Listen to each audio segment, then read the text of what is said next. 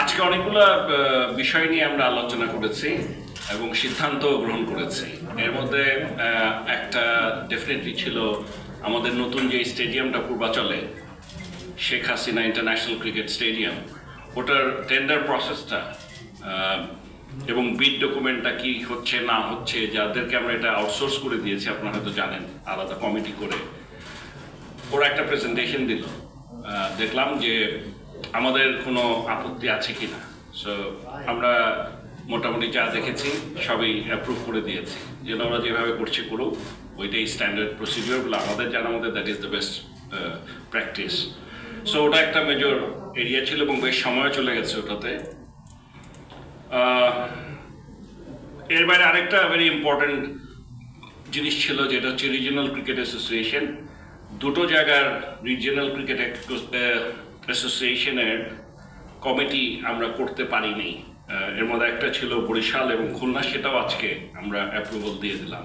তো as of today regional cricket association যেটা আমরা করেছি অ্যাজ পার আওয়ার কনস্টিটিউশন, প্রথমে আমরা একটা অ্যাডহক কমিটি করে দিচ্ছি, তারা আবার কোঅপ্ট করে নেবেন, তারপর প্রসিডিওরটা দেওয়া আছে কনস্টিটিউশনে। সো এটা শুরু করে দিতে পারবো আমরা এখনই, কোনো জায়গায় বাদ নেই। অলরেডি চিটাগং হ্যাজ ইনিশিয়েটেড তাদের কার্যকলাপ, আপনারা হয়তো কিছু টের পেয়েছেন, জানানো।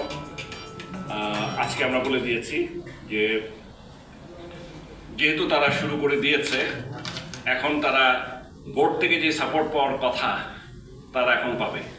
মানে এই কথাটা বলার পিছনে কারণ হচ্ছে, অনেকে বলতে পারে যে আমরা তো কিছু পেলাম না, কিছু পাওয়ার আগে কার্যক্রম শুরু করতে হবে।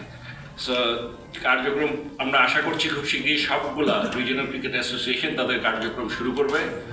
তাদের কার্যক্রমের সব কিছু কাগজপত্র আমাদের কাছে পাঠালে আমরা তাদেরকে যা সাপোর্ট দেওয়ার কথা আমরা পুরো সাপোর্টটাই তাদেরকে দিব। সো এটা গেল দ্বিতীয় আরেকটা ইম্পর্টেন্ট এজেন্ডা যেটা নিয়ে আমাদের আজকে ডিসকাশন হয়েছে। এর বাইরে ছিল ওইটাও খুবই ইম্পর্টেন্ট, সেটা হচ্ছে যে ডারউইনে আপনারা জানেন যে হাই পারফরমেন্স টিম ট্রাভেল করছে, সেখানে অস্ট্রেলিয়াতে যাচ্ছে ওরা 14 জুলাই থেকে 19 অগস্ট। এটা একটা লম্বা tour and it's a very expensive tour.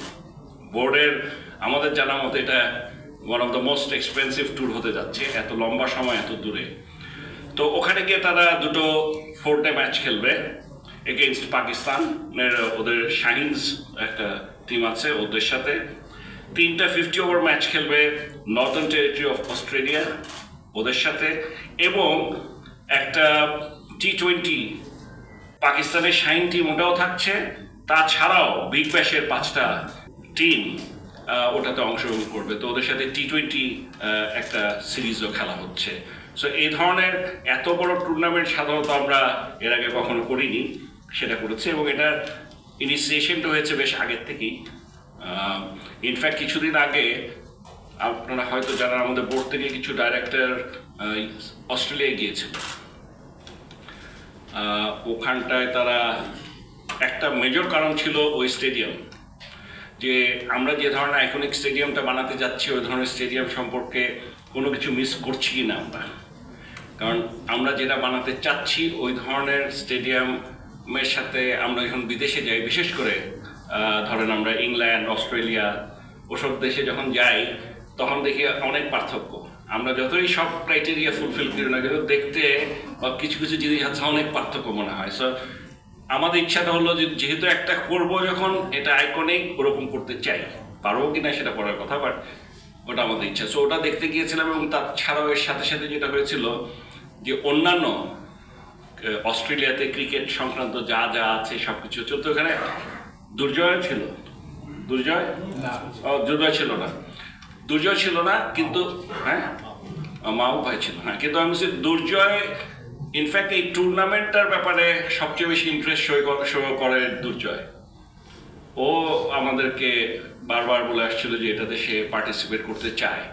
তো এখানটায় আমরা যেটা করছি, সাধারণত যেটা হয় যে এইচপির টিম শুধু যায়, এখানে আমরা এইচপির সাথে কিছু মিক্সও করছি। আমাদের যেমন ধরেন যারা নাকি ন্যাশনাল টিমের 2-1 প্লেয়ার আছে যারা নাকি লঙ্গার ভার্সন ক্রিকেট খেলে, টেস্ট, ওদেরকেও পাঠাচ্ছি। আবার এই টিমওরা হয়তো কেউ, হ্যাঁ কয়েকজন যাচ্ছে। সো এটা আমরা আসলে বেসিক্যালি আমাদের ফিউচার নেক্সট কারা ওই ধরনের কন্ডিশনে গিয়ে ওই ধরনের দলের সাথে খেলে কিছু এক্সপিরিয়েন্স আমাদেরও হবে ওদেরও হবে, সেটাই আসলে আইডেন্টিফাই করার জন্য। সো এটাও উই হ্যাভ অ্যাপ্রুভড। আর গ্রাউন্ড ইকুইপমেন্টস আমরা গত 3-4 বছর ধরে কোনো গ্রাউন্ড ইকুইপমেন্টস কেনা হয়নি। ইনফ্যাক্ট আসলে কোভিডের সময় থেকেই শুরু হলো, তারপর আর আমরা গ্রাউন্ড ইকুইপমেন্টস কেনা হচ্ছে না। এবং আমরা যেটা দেখছি যে মানের আমরা সব কিছু ঠিক করতে চাচ্ছি, ওইটার সাথে যে সাপোর্টটা দরকার, বিশেষ করে গ্রাউন্ড ইকুইপমেন্টসের এদিক দিয়ে এবং অন্যদিকেও আছে, ল্যাকিং আছে। সো ওইটা আছে। তো এটা নিয়ে সবচেয়ে বড় সমস্যা হচ্ছে যে এখন স্টেডিয়াম চিটাগং এবং সিলেট স্টেডিয়ামের জন্য ইমিডিয়েটলি আমাদের কিছু গ্রাউন্ড ইকুইপমেন্টস দরকার। এমনকি এই যে ওয়ার্ল্ড কাপ, মেয়েদের যে ওয়ার্ল্ড কাপটা আমাদের হতে যাচ্ছে সামনে, এখানে এই মিরপুরও আমাদের দরকার। সো এটা আমরা সিদ্ধান্ত দিয়ে দিয়েছি, ঠিক আছে আপাতত এটা 3 ফেজে কিনে ফেলো। আমাদের লাগবে তো অনেকগুলা, আপাতত যতগুলো এখন লাগবে সেগুলো এখনই কিনে ফেলবে। পরে আস্তে আস্তে আগামী 1 থেকে 1.5 বছরের মধ্যে আশা করছি পুরো যা যা দরকার আমাদের নেশন ওয়াইড সেটা আমরা নিয়ে আসতে পারবো। কারণ এখানে আপনার মনে রাখতে হবে যে বিফোর উই স্টার্ট যদি কমপ্লিট হয়ে যায় শেখ হাসিনা ইন্টারন্যাশনাল স্টেডিয়াম, ওটার জন্য প্রচুর জিনিস লাগবে।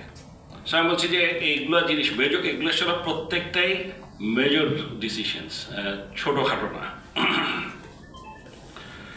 এবং salary structure of coaches, selectors and trainers and the support staff under game development যারা ছিল তাদের স্যালারি আমরা স্ট্রাকচারে মানে রিভিশন করেছি।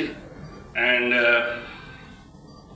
লোকাল কিউরেটার্স অ্যান্ড গ্রাউন্ডসম্যান ওদের স্যালারি স্ট্রাকচারটাও আমরা অ্যাপ্রাইজ করেছি। আবার আরেকটা ভেরি ইম্পর্টেন্ট ফাইনালি, মানে এক্সেপ্ট ওই খেলাধুলা ছাড়া আমার যতটুকু মনে পড়ে, 4 জন আপনারা জানেন যে আইসিসিতে ভুক্ত হয়েছে 4 জন নারী আম্পায়ার্স, ওদেরকে আমরা বোর্ডে এমপ্লয়মেন্ট দিয়ে দিচ্ছি। এবং আমাদের যেহেতু সৈকত এলিট প্যানেলে চলে গেছে, সেইখানটাও আমরা আরেকজনকে অ্যাপয়েন্টমেন্ট দিয়ে দিচ্ছি। বললো আমি আসলে নাম জানি না, ম্যাক্সিমন বলছে, আসলে ম্যাক্সিমন কিনা জানি না। আচ্ছা ওই ম্যাক, আমি বললাম ম্যাক আবার কোনো কিছু কিনা আমি জানি না। সো এই ডিসিশন অ্যান্ড এছাড়া ডেফিনেটলি আজকে আরেকটা ভেরি ইম্পর্টেন্ট ইস্যুস ছিল যে আমাদের মধ্যে আলোচনা করা about the performance of the আমাদের national cricket team in the last T20 world cup.